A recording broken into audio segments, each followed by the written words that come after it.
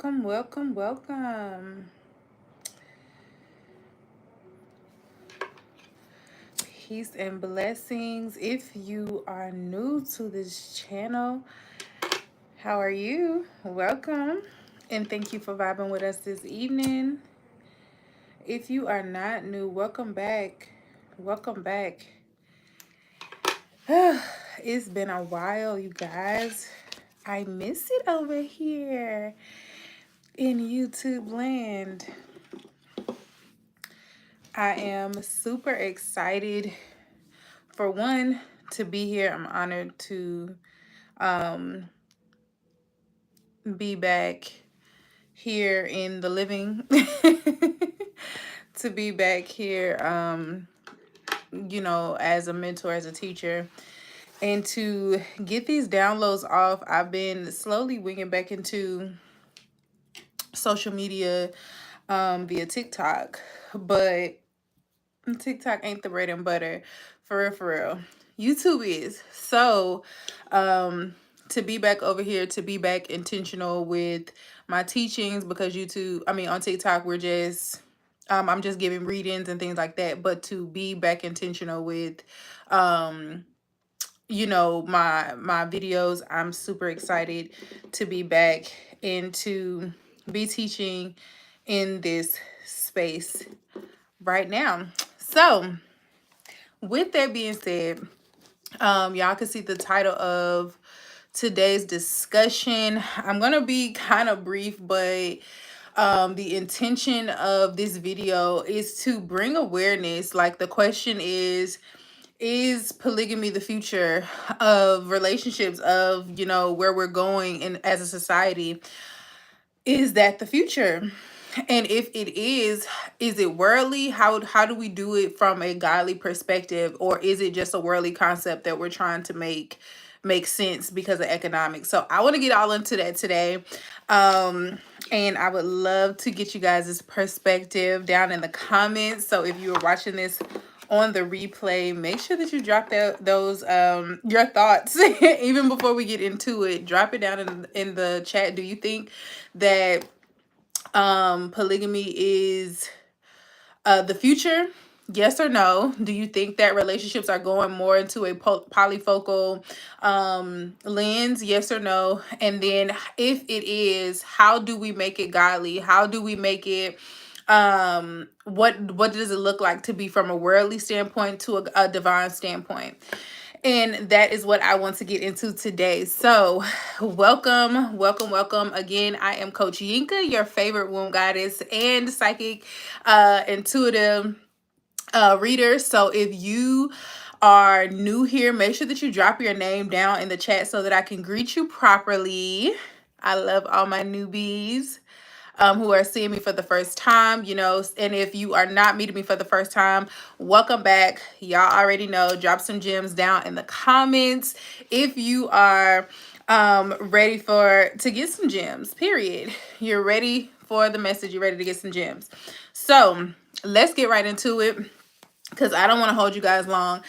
My opinion of whether or not we are about to get back into, or get into, I'm saying back to, if the future is going to a polyfocal or polygamous time in relationships. I want to go back and give a calculated of, when I say polygamy, what am I meaning? What does that look like? The history of the meaning and things like that of the word. So the word polygamy means many loves. Poly, many, gammy, love. So you have, that's multiple love interests, multiple loves, multiple relationships, right? At its best, as the etymology of the word, that's what that word means. It just means many loves. And then to look at it from a logical standpoint, are we capable of loving more than one person? Are we capable of being in relations with more than one person, whether it be sexual or non-sexual, conjugal, non-conjugal? It doesn't really matter. The concept is to love multiple people, to and the culture of polygamy is raising multiple families together. Those can be stepchildren, those can be multiple, having multiple families, having multiple children together, and raising them together with the same ideologies, with the same mindset, or whatever economics that you're building within your house, right? Or values that you're building within the economics of your own house. That's the basis at a very, very minimum level of what polygamy is in a general standpoint. Now, if we want to look at what it looks like today, how social media makes it look today, it looks like the same thing, but in a survival instinct. It looks like the exact same thing where you have multiple people coming together, either conjugal or non-conjugal, but they're coming together, they're raising families together, they're raising children together, and they are building together off of economics. When we're looking at from a worldly perspective to a godly perspective, the worldly perspective is more so what you see on social media. The worldly perspective is is really just roommates coming together, practicing and operating like Sodom and Gomorrah. Nothing is godly about that. Having multiple partners, intimate partners with no purpose and no direction is never going to be of God. Is never going to be anything divine in that. I looked up before I got on here. I looked up why it's illegal to be polygamous in most countries. And the reasonings were kind of really, like the reasons were not valid to me. So the reasoning for a lot of countries making polygamy illegal was because of they said that it was against human rights of women. It was against human rights of women. It prevents a lot of it says that it is banned to prevent statutory rapes. And it also said that it prevents or it causes children abuse, right? So in my mind, I'm saying, okay, so even though that's illegal, how has that stopped? How has that stopped in monogamous relationships? How has that stopped in just dating culture? How has those things stopped in just your biological intermediate family? How has those things stopped for that to be something that you're saying is illegal? The only thing that I saw that was kind of valid, or I could see why they said it, which is, I know this is the real reason why, is because of the economics and how some people they said that wives could say that they're married to one spouse and get certain type of welfare, or saying that you're single and getting some type of welfare, and then say you have 5 wives and they're all doing that, then that's kind of like scamming the system. That's kind of the only reason why I would say that, because those other 3 things, none of those things have stopped. None of those things stop in a monogamous nor polygamous relationship. The thing about it is, the age to be married is the age to be married. It doesn't matter if you're marrying multiple people or not. It would be still the same legal age to be married. So that didn't make sense to me. As far as the children, that happens every day in any type of household, so that has nothing to do with it either.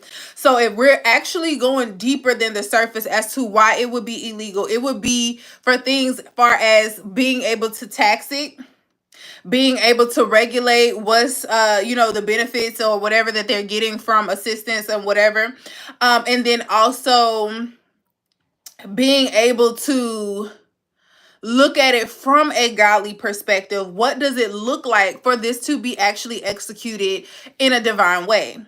So now that we've seen the toxicity in that, the multiple partners, everybody having low self-esteem, you see a lot of those, like women who settle, men who are not, every man is not an alpha male. Every man doesn't want to be the boss or the lead, but you see a lot of beta males or sigma males in that arena as well, and they're just looking for someone to take care of them. Or you see it from a low vibrational, or people have it, the people who don't want to be in a part of that, who don't respect it, who think it's whatever. Those same people look at it from the perspective of being territorial, saying that that's my man, that's my, like, that's mine. You own this person, that's my woman, I own her, this is my property type thing. Because a lot of times when we hear people say, I absolutely wouldn't do that, the reasoning is because I don't want to share somebody. Now, here's the logic in that, or the lack of logic in that. Because say you're getting cheated on, right? Most people, man or woman, don't just leave after they're cheated on. Not if you've invested in time and energy in it. Most of the time, it don't even got to be invested that much. You pretty much stay and just be toxic together. Because being in a long-term relationship is just still how much you're willing to tolerate with somebody else's BS. That's all it is. That's the key to being in a long-term relationship. How much of this am I willing to tolerate? What is my absolute, non-negotiable? Cheating is said, but there's never really an actual non-negotiable for most people in their relationships. So we're naturally sharing people. Most people are serial monogamous, meaning that you still have multiple partners, just not at the same time. You may not be at the same time, but they're still all back to back to back. There's never a time where you're getting to know yourself. There's never a time where you're isolated. You're constantly still with other people. And if you still have those attachments spiritually, if you're not doing certain cord cuttings, if you're not doing like, especially for women, if you're not doing rituals to literally cut the cord of the people that you let in your sacred space, this is going to still bind you to that person until it happens. Or sometimes they say 7 years is when things naturally fall off, right? Or people naturally are detoxed out of your body. But that's 7 years of you being isolated, not just physically, but mentally and spiritually as well. And most people not doing that. Not to say that they can't. And a lot of women do it physically, but they don't do it spiritually, and they don't do it mentally. They just do it physically. And that's a whole nother trauma within itself, because we not promoting that, we're not promoting low sex drive, because that's not a healthy womb either. So that's not okay. But we're talking about being fully cleansed and detached from these partners. When we talk about soul ties and things like that, that's never a good thing. When you're just sharing your body and you're just sharing your energy with people with no intention and no direction to why you're actually even exchanging this energy. This is a sacred space. This is a sacred practice of being intimate with someone physically. So to get back on track, from an elevated perspective of what it is to be in a polyfocal family, or to have a polyfocal mindset, the dynamic of being polyfocal, from a divine standpoint, we all know that it takes a village. We know that it takes a village. If you have a child already and you co-parent, whether you co-parent directly or indirectly, that baby is a part of somebody else's lineage because you had it with somebody else. And if you have any attachments, regardless of whether you have a relationship with them or not, you are still bringing another person's child into your next relationship. You're bringing the energy of another man or woman into your next relationship because of the fact that you already had relations with them. You produced a human form. You produced a human form from your last relationship. So you're still practicing a polyfocal dynamic just based off the fact that you already have children with someone else and you didn't stay with them. So now that you're in another relationship, you are, whether you're co-parenting or not, whether you're the full-time parent and you don't see that partner at all, their family not involved at all, That's still a part of that child is still half of somebody else's lineage. That's still being polyfocal, especially if you have multiple children and you have multiple children's parents. Like you have multiple people that you're co-parenting with, man or woman. When you are doing that, you're already in a polyfocal family. You're already practicing that. See, people take away the mindset of it takes a village. If people take away the mindset of, especially the older you get, you're not as focused on it being the you me baby program, like this is my man, this is whatever, unless your trauma still just going on. But once you get mature, if you talk to the elders, you talk to like the old school, big mama and them, not to say that they were always happy about it, not to say they was always happy about it, but their mindset when it comes to survival, when it comes to economics, when it comes to just basic protection or wholeness, they value still having a partner. They value still having their man, even if he was over here making, babies with somebody else. A lot of times they knew that they had other women on the side, but they didn't care as long as he was still paying the bills. And depending on how your perspective is, you could say, well, why would I need to settle? I don't want to do that. I don't want to share my man with somebody. I don't want to share my woman with somebody when, whether they're paying the bills or not, I could pay my own bills. You're absolutely right. You're absolutely right. And in this day and age, the question being still posed, is polyfocal the future? It's really hard to say, because half of the people look at it like, I could take care of myself. I don't need a man or a woman to fulfill me, to do economics. I can afford my own lifestyle.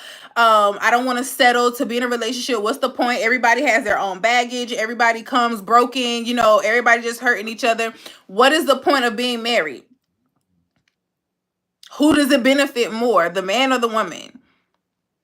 Who loses out more when in the case that it's an event like in the event that it's a divorce? Like, who loses out? And I think people look at that from the perspective of, I think people fail to look at it from the perspective of what were we intended to do as a human race? What is our divine mission? Our divine mission, for one, is to be fruitful and multiply. That's not always having children, but of course children is a big part of that, because how do we continue to, the world will stop if we stop having children. So anything as a fertility goddess, anything that's dealing with not producing, whether it be birth control, whether it be, women in more masculine careers and things like that, in a long term affects, all of that affects your reproductive, you hating men and not now having a healthy womb with your relationship with your womb. You're not wanting to be sexually active or anything like that. All of those things are not okay, because when you lack fertility here, you lack fertility here. When you lack fertility in your womb, you also lack fertility in how you multiply things around you. How you multiply your money, how you multiply your resources, how you multiply your relationships. You lack that same ability when your womb is not flowing. So anything that goes against the womb flowing, anything that goes against being fertile and multiplying, I am not in support of. I'm not in support of, personally. But when it comes to relationships, like understanding the polyfocal mindset, is understanding we need each other. It takes a village to raise a child, but it also takes a village for that child to also grow up. Our partners can't be all of one thing to us. This is why we have therapists. This is why we have mentors. This is why we have parents still. Even in your adult years, you still have those guidance, because your partner cannot be everything to you and for you. It still takes a village as an adult. So So with that mindset, if you have a community of people with that same mindset who have the same values, who are raising children together with the same morals and same values, do I think that is the future? I think that it's not the future of it won't be the future of the public. I feel like it's the present, but in a toxic way.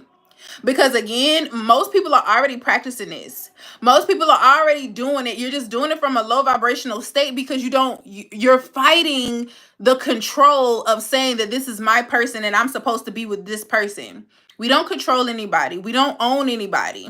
And we're here to have a good time and to experience life in its totality, regardless of, because you can be with that person and they can leave you in a divorce. They can leave you literally by going, transcending, or something can happen and energetically they leave you.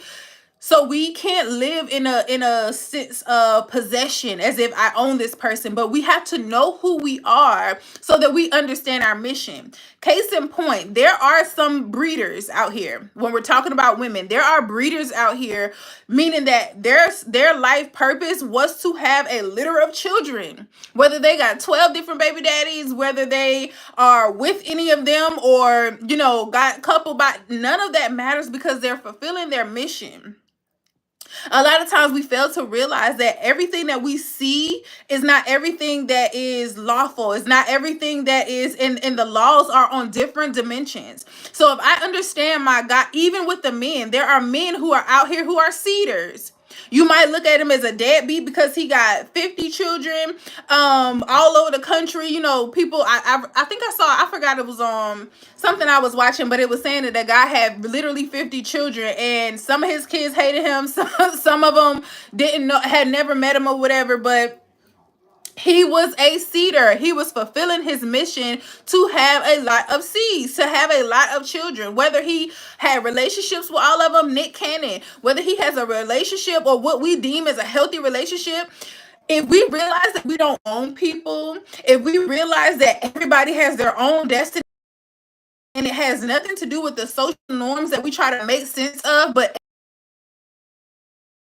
designed with purpose and intention, we will remove ourselves to control people and allow people to just be and experience them through the lens that God has given us to be able to see ourselves in people and the people that are around us. Because the same thing is applied for your children. We can try to control our children, but really our children are an extension of us. You manifest something when you birth a child. You manifest a part of yourself through every child that you have. So if you understand that, the first thing you want to do is try to control them. When you see those same insecurities popping up within them, when you see those same fears popping up in front of them, and as well as when you see those same strengths and those same good qualities, you want to then control it and either live vicariously through them or be very hard on them because you wish somebody would have done it to you, but you're not allowing them the autonomy to know who they are and what their mission is, because they're still half of another person. They still have half of another lineage. All you're here to do as a parent is to guide them. The same thing for our romantic relationships or any type of relationship when it comes to building economics.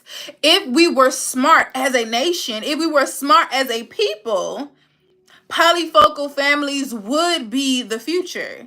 That would make sense, because that would be us going back to tribal relationships. That would go back to us having something that we take pride in, and we're protecting that as a family, as a unit, building miniature nations within our own economics. That's what that looks like. It looks like having a network of people of various different backgrounds who are raising the future of our children, the future of our economy. We're raising them together to have the same mindset of whatever it is that we're teaching to them.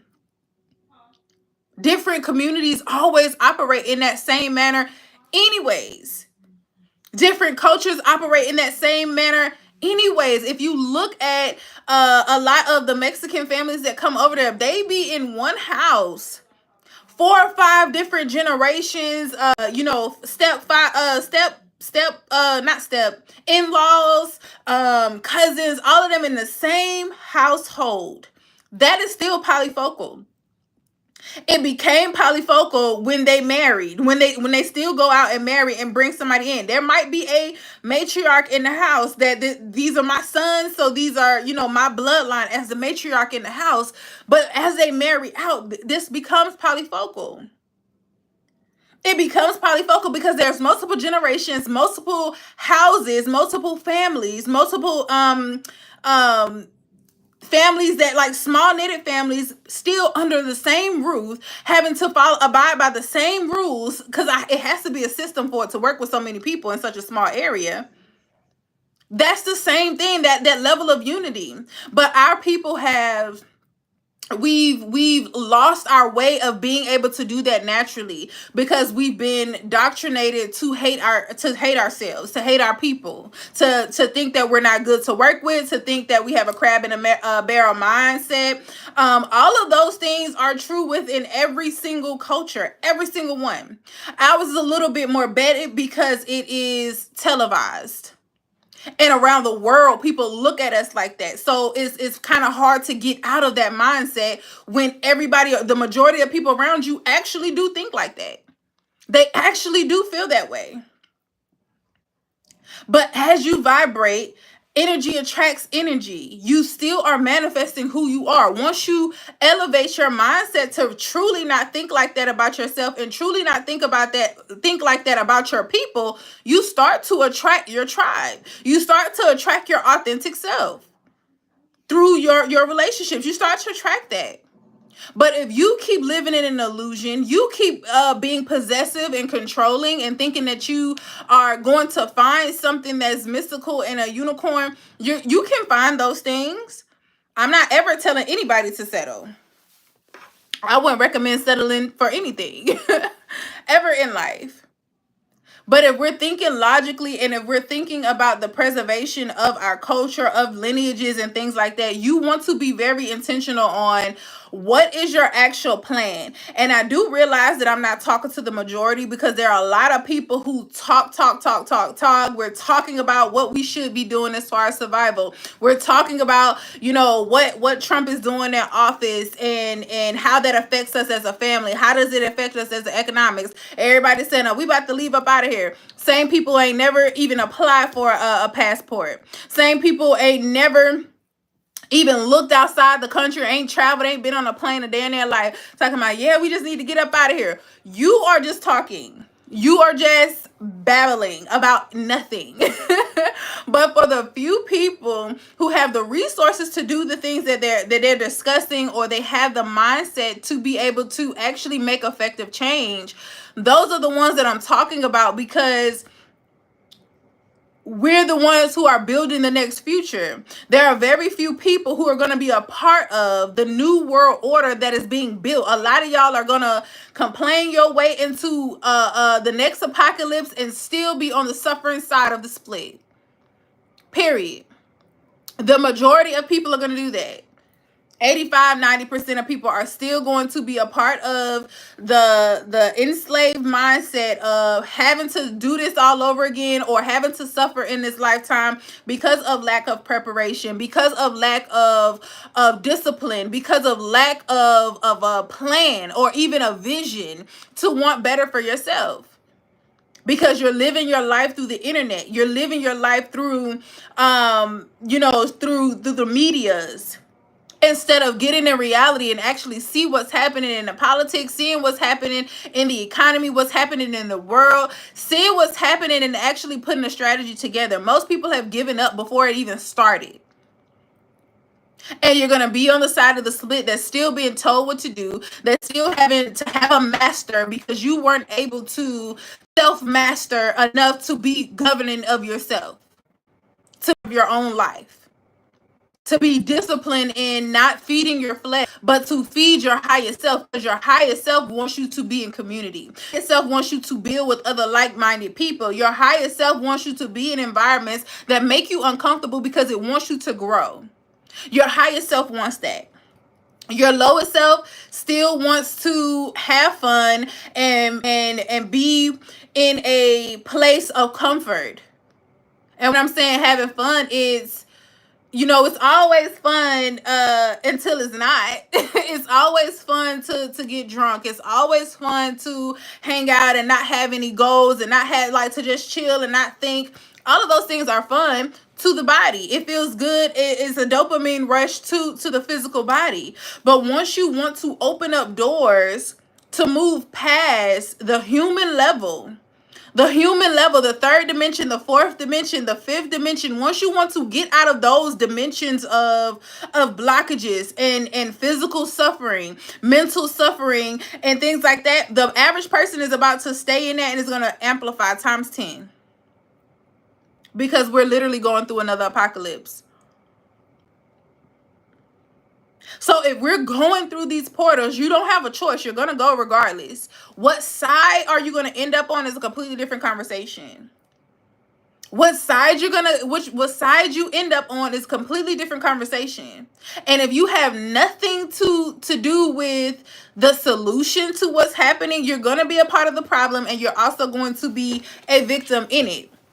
So I say this to say, when we're talking about polyfocal families and we're talking about the future, when we're talking about how it's been demonized and why it's been demonized, when we actually look at that, the freedom of being able to not be in control of anything but control of self, that is a freeing feeling.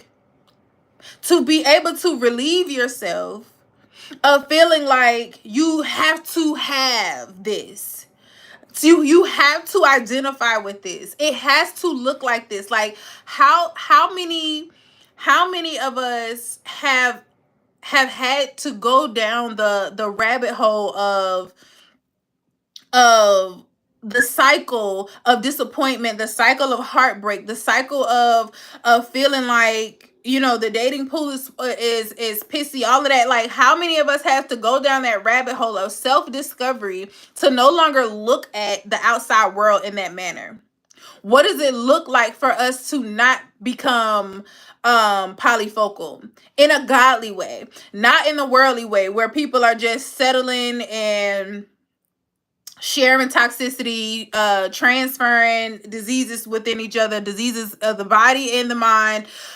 We're not talking about that. What we're talking about is God ordained leaders, fertile mothers, wisdom, you know, from elders, having the full dynamic, energetic, healthy children, creative children, not children that's being taught not how to think in school systems, but we're teaching them tradition, we're teaching them ancestral knowledge. That is the only way we're going to survive in the future. When we can all come and live under the same roof, if we have to do the same roof, if we get the economics, you know, everybody don't got to live in the same roof. Some people are not suffering financially right now. Everybody's not feeling a recession, fortunately. But for the ones who do, everybody might have to go to one house. This is why we always don't never sell Big Mama's house. That might be the thing. Are we really ready? Are we mature enough to be able to work together, bring multiple families together? The goal was, this was always in motion, right? This was always planned for the economy to look the way it looks right now. This was always in a plan somewhere. They've been preparing for this mentally to keep us enslaved. They've been preparing for this for generations. A time was going to be up for this to happen a long time ago.